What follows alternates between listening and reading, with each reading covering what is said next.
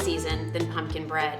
And this recipe is a recipe from my Grandma Bauer. She really wasn't much of a cook. She didn't do a lot of cooking, but she got this pumpkin bread recipe just right. It has long been one of the most requested recipes that I've made available, and I want to show all of you how easy it is to create. I love the recipe because it's easy, but it also makes several loaves. So whether you want to make a couple of large loaves or you want to make smaller mini loaves to give as gifts, it's perfect for that. Also, I keep it pretty simple, but if you want to add chocolate chips or nuts to this recipe, you can change up the flavor a little bit with those simple additions. So here's how you get started. We're going to start out with 3.5 cups of flour, and to that we're going to add 3 cups of sugar. We're going to use baking soda and salt. So it is 2 teaspoons of baking soda and 1.5 teaspoons of salt. Now you add the spice, where the flavor is going to come from with the pumpkin. So this is 1 teaspoon of cinnamon and 1 teaspoon of nutmeg. You're going to whisk these dry ingredients together, or just stir them together. I like using a whisk because it breaks up any lumps that might be there.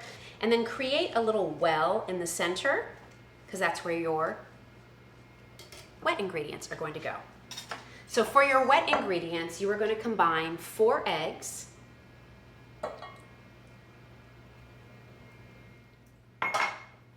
1 cup of vegetable oil, 2/3 of a cup of water, and 1 can of pumpkin. Not pumpkin pie filling, the actual can of pureed pure pumpkin.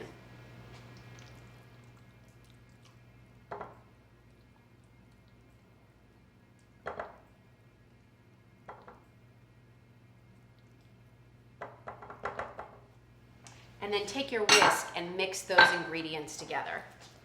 Just to try to break up the egg yolks and start to incorporate the oil, the water, and the pumpkin.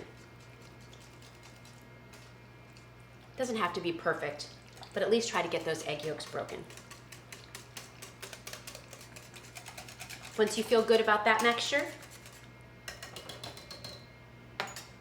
it all goes into your dry ingredients.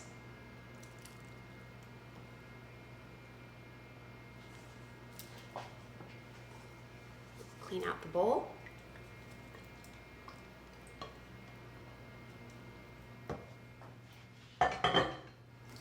Grab your hand mixer or your stand mixer if that's what you want to use. And remember to start slow. You don't want things to splatter out.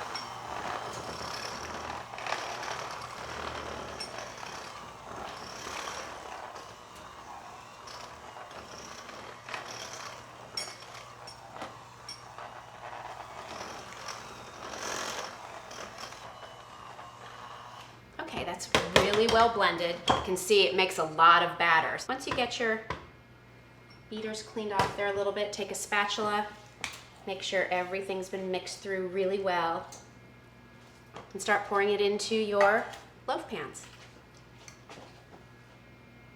Remember, when it comes to breads like this, they're going to rise, so I usually try to fill them about 2/3 of the way.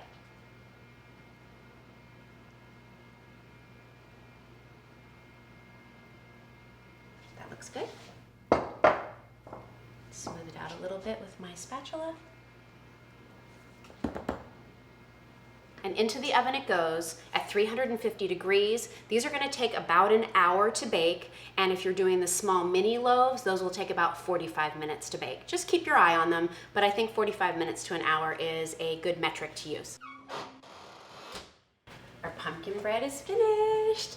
Nice and golden brown. Absolutely perfect. You want that to sit and cool for a little bit. Not completely, because it's really good when it's warm, but as you can see, when you slice it up, beautiful texture, a beautiful crumb, as they say, and wonderful, wonderful flavor.